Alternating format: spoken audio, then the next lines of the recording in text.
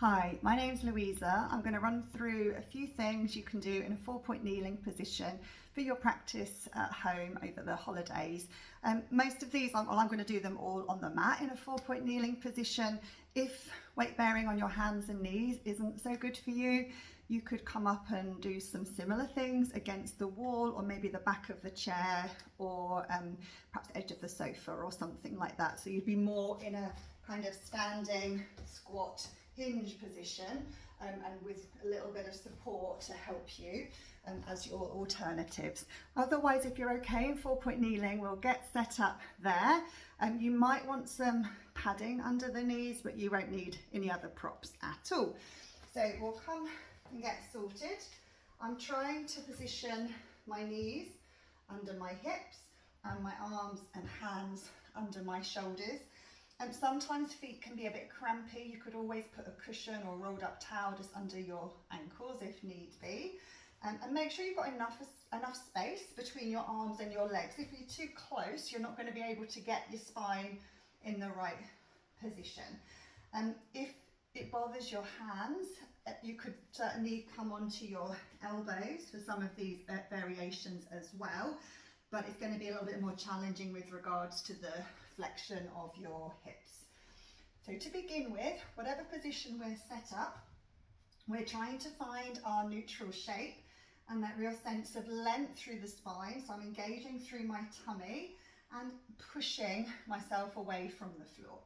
So once I've found my lengthened position, just check we're not locking into our elbows. So for now, the inner elbow creases would be facing inwards and your elbow points outwards. Let's just try and keep our spine long, our arms and legs pretty still, and just see if you can lower your body a little bit. So my shoulder blades are coming towards each other, and then I'm pressing myself away from the mat. It's just a press and release. It's a bit like doing a shoulder drop, but against gravity, just to help us find our best position here. So hopefully we can just find that sense when we're pushing ourselves away from the floor, the shoulder blades are wide, the neck is long, and our center is engaged. So once we've found that, let's try and maintain that as we just rock our spine back a little bit without tucking your tailbone underneath you. So you're in control of the range, and to keep neutral, we're not going to get our bum all the way to the heels. So if you need to go a little less, if this bothers your knees, that is fine. So I'm just rocking in neutral to warm up hips, warm up shoulders, connect to our center as well. And then we'll try and add on some stability work. So your first option is you could hover up your hand or arm away from the mat just for a second or two and really try to minimize any shifting of your body weight side to side. If that goes okay, you might be able to slide your hand along the mat and maybe even float it up a little bit like a rib cage closure. Still really trying to keep everything else organized.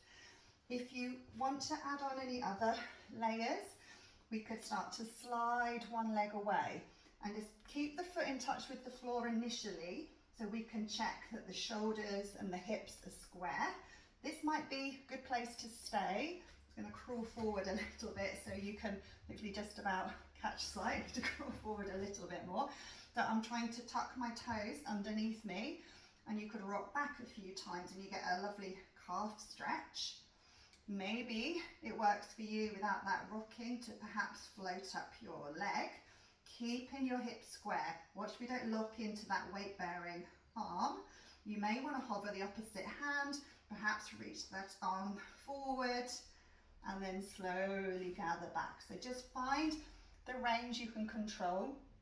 If you start to lose that control, come back, reset and build up those layers again. So we could slide the leg, hips and shoulders square.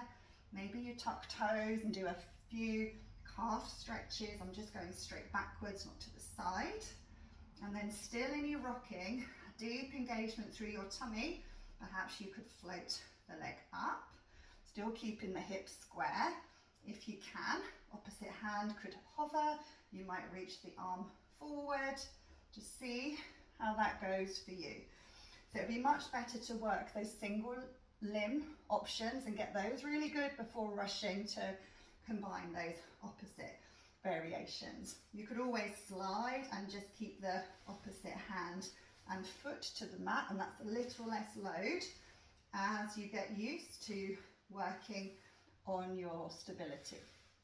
If you need a breather at any point is coming off of your hands, you could just shake them out, or you might want to take a little interim rest position stretch. I'll mention some options that we can do some really good work for your triceps. So first one, we come onto elbows. This works really well against the wall as well. So you would be in your neutral spine, elbows in line with your shoulders, and forearms kind of parallel at a right angle, and my little fingers are in touch with the mat, so my palms are facing. So here it's super important that we're not sinking down, so find that sense of pressing yourself away from the mat. The neck is long, the tummy is engaged, and press into the mat enough that your elbows just hover a little bit. So this is a really good option for wrist-friendly tricep work. I'm trying to maintain that stability. You could also just rotate your forearms and palms upwards and do the same, but you're still trying to keep really well organized across the chest and the shoulders.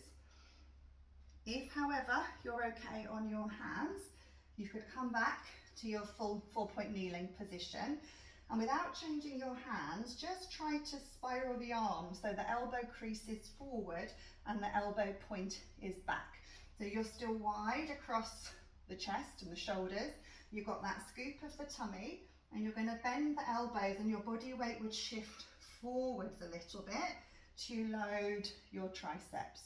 So the arms stay really pretty close to the body as you come into this shift, okay? So they're not winging out to the side. It's more we're hugging the upper arm and armpit down, okay? Just show you that a couple more times from here. Good. You might not need to do loads of repetitions of this one. It's quality over quantity for almost all of our Pilates practice. Take a rest, shake out those hands when you need to. And we'll finish off either with rocking in neutral or cat. So you could be on your hands, you could be on your elbows, either the position we did the triceps in or hands together. So starting in your neutral shape, if you need to keep neutral for your back or any other conditions, you can do the rocking again. Otherwise, it might be comfortable to just gently round your lengthened spine into a C shape. Tuck the tailbone under, let the shoulders widen, curl the head in, and then lengthen both ends of your spine away from each other. So all the while you're still pushing yourself away from the mat. I'm trying not to lock into my elbows. You might want to find this shape and then reverse it back. Then you could ripple back to neutral and then return. So I'm rounding as I exhale, inhaling, finding length, exhale to return. It's going to take a couple more of those. Lovely. And then it's up to you. If your knees feel delicate, you might want to keep your bum up and release the upper body down. You could always put some cushions under your head to bring the floor up to you rather than leave your head hanging. Or you might be comfortable to widen the legs and the hips. So my feet are close together, but my thighs and knees are a little wider apart, and I'm just reversing back into a rest position shape. You can keep it a little bit more upright as I am here, or you might be comfortable to release down as well. And you can always use some cushioning under your head in this shape too, if that brings the floor to you, or even some cushions behind your knees. So take a few breaths there. And once you're ready to come up, still engage through your center to slowly stack up. If you need to give those wrists another shake out or a few circles, please do. And thanks so much for joining me. I hope that was helpful. Let me know how you get on. Thank you. Bye-bye.